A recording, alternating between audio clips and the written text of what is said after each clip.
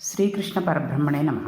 నిన్నటి పారాయణంలో మనం దితి అసుర సంధ్య వేళలో తన కామాన్ని తీర్చమని కశ్యప ప్రజాపతిని అడగడం, దానివల్ల అసురులు జన్మిస్తారు రుద్రగణములో తిరిగే వేళ కాబట్టి అని చెప్పడం. అయితే ఆ తప్పు పని చేశానని ఆమె బాధపడినప్పుడు కశ్యపుడు ఆవిడికి మనవడుగా ఒక మహాభక్తుడు జన్మిస్తాడు అని చెప్పడం వరకు జరిగింది. దితి మహాపతివ్రత. అప్పుడు ఆవిడ ఏం చేసిందంటే అసలు పిల్లలను కనడం మానేసింది, కడుపులో ఉంచేసుకుంది. వాళ్ళు బయటకు వస్తే చంపేస్తారేమోనని 100 సంవత్సరములు గర్భమునందు ఉంచేసింది. అప్పుడు ఆ గర్భం నుంచి తేజస్సు బయలుదేరి అది లోకాలను కప్పేస్తోంది. అప్పుడు అందరూ వెళ్ళి మళ్ళా మొరపెట్టుకున్నారు, దితి గర్భం నుండి వస్తున్న తేజస్సు లోకములను ఆక్రమిస్తోంది కాబట్టి ఆవిడ బిడ్డలను కనేటట్టు చూడమని కశ్యప ప్రజాపతిని ప్రార్థించారు. అప్పుడు కశ్యప ప్రజాపతి దితితో, నీవు చేస్తున్న పని సృష్టి విరుద్ధం, నీవు నీ బిడ్డలను కనవలసింది అని చెప్పాడు. అప్పుడు దితికి హిరణ్యాక్ష హిరణ్యకశిపులు జన్మించారు. ఆ పుట్టేవాళ్ళు ఎలా ఉంటారో కశ్యప ప్రజాపతికి ముందరే తెలుసు. వాళ్ళకి ఆ పేర్లు కశ్యప ప్రజాపతే పెట్టారు. అందుకే హిరణ్య ముందు పెట్టి ఒకనికి అక్షి, రెండవ వానికి కశ్యప్ అని చేర్చి ఒకనికి హిరణ్యాక్షుడు, రెండవ వానికి హిరణ్యకశిపుడు అని పేర్లు పెట్టారు. ఒకడు కనబడిందల్లా తీసుకువెళ్ళి దాచేస్తాడు.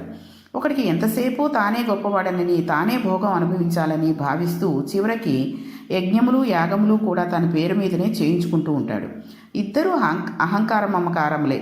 ఈ విధంగా హిరణ్యాక్ష హిరణ్యకశిపులు ఇద్దరూ దితి గర్భం నుండి జన్మించారు.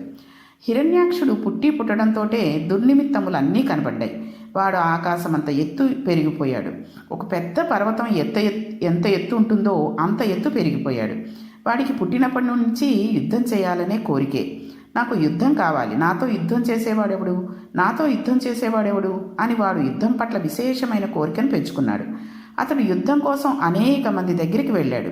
చిట్ట చివర సముద్రం లోపల ఉన్న వరుణుడి దగ్గరికి వెళ్ళి, ఏమయ్యా, నీవు ఎక్కడో సముద్రంలో ఉంటావు, నా భుజముల తీరాలి, అందుకని నువ్వు వచ్చి నాతో యుద్ధం చెయ్యి అన్నాడు. అప్పుడు వరుణుడు అన్నాడు, నాకు నీతో యుద్ధం ఎందుకు, నీ కోసం వచ్చేవాడు ఒక ఆయన ఉన్నాడు. నీవు ఎవరి చేతిలో చావాలని నిర్ణయం అయిందో వాడు వచ్చే సమయం అయిపోయింది. నీవు ఒక పర్యాయం సముద్రం మీదకు వెళ్ళు, ఆయన కనబడతాడు, ఆయనతో యుద్ధం చెయ్యి అన్నాడు.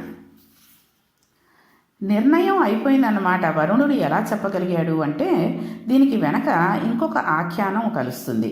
భద్రాభద్రులు అనే రుద్రగణాలు చూసి దితియందు ఉగ్రమైన బిడ్డలు పుట్టాలని ఎప్పుడైతే నిర్ణయం జరిగిందో అప్పుడు ఒక సంఘటన జరిగింది.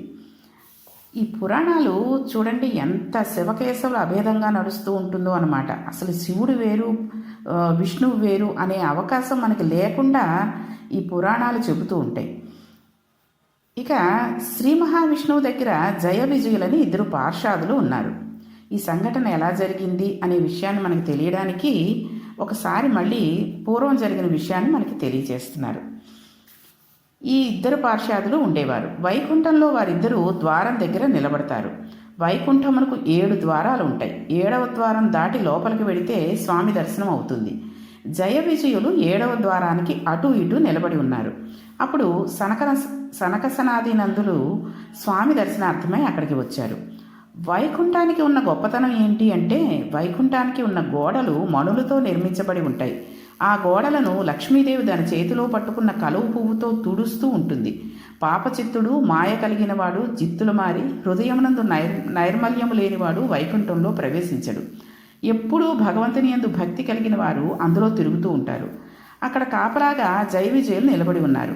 సనకసనాది నందులు 6 ద్వారములు దాటి 7వ ద్వారం దగ్గరకు వెళ్ళారు. వాళ్ళు మహాజ్ఞానులు, నిరంతరము భగవంతుని పాదముల యందు భక్తితో ఉండే స్వరూపం ఉన్నవారు.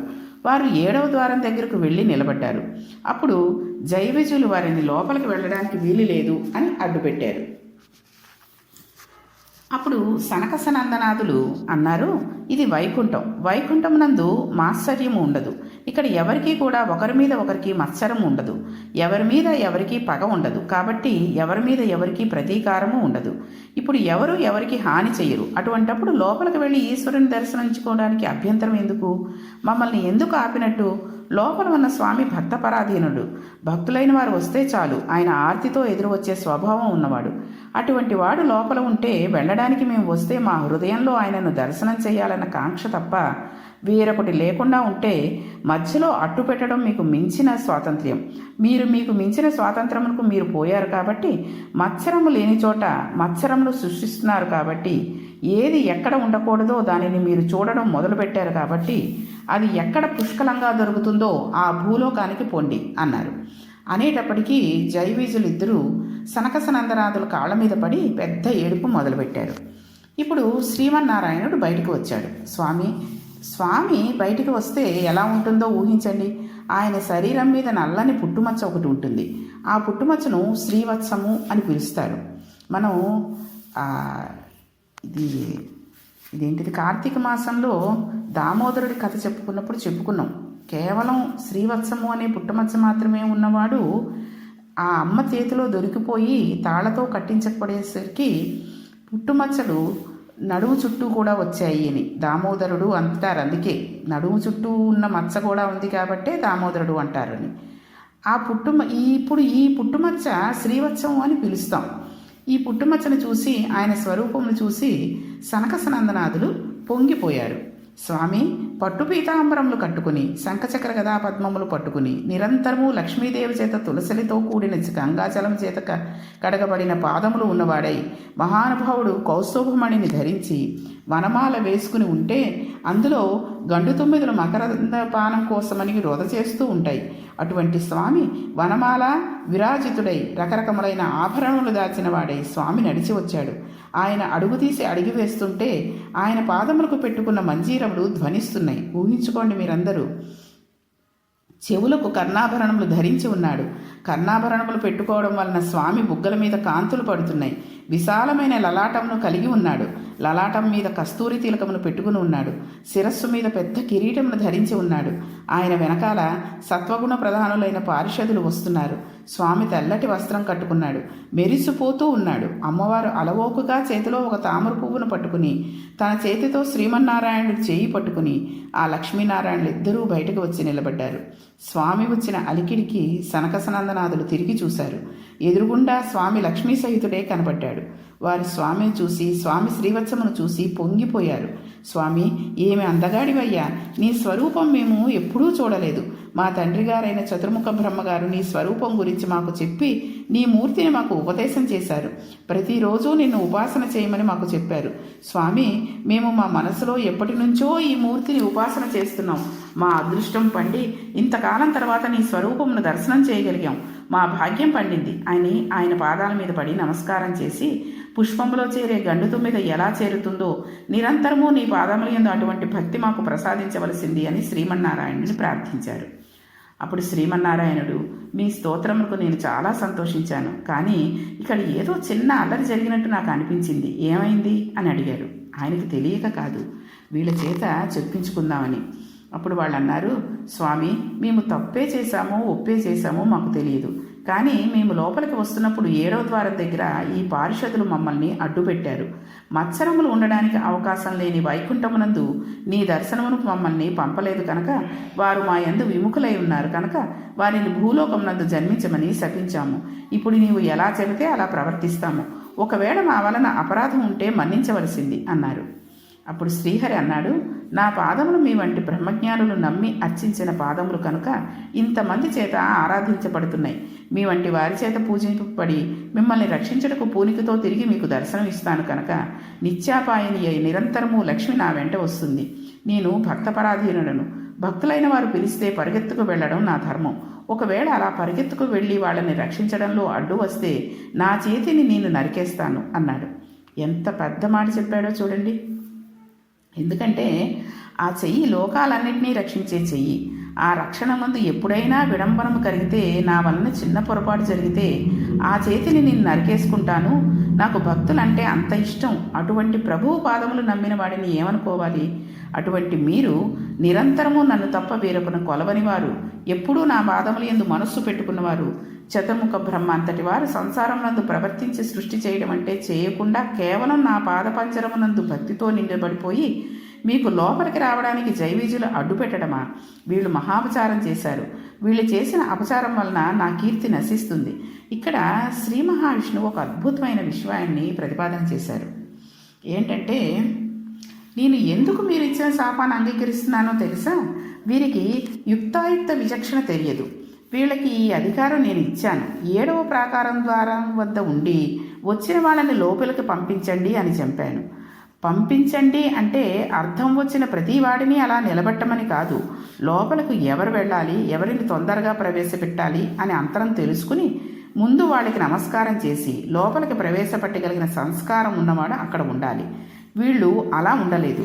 కుష్ఠరోగం తన చర్మం మీదనే పుడుతుంది. దానిని నిర్లక్ష్యం చేసినట్టయితే ఆ కుష్టు పెరిగి పెరిగి తన శరీరంలో ఉన్న అవయవాలని ఊడిపడిపోయేటట్లు చేసేస్తుంది.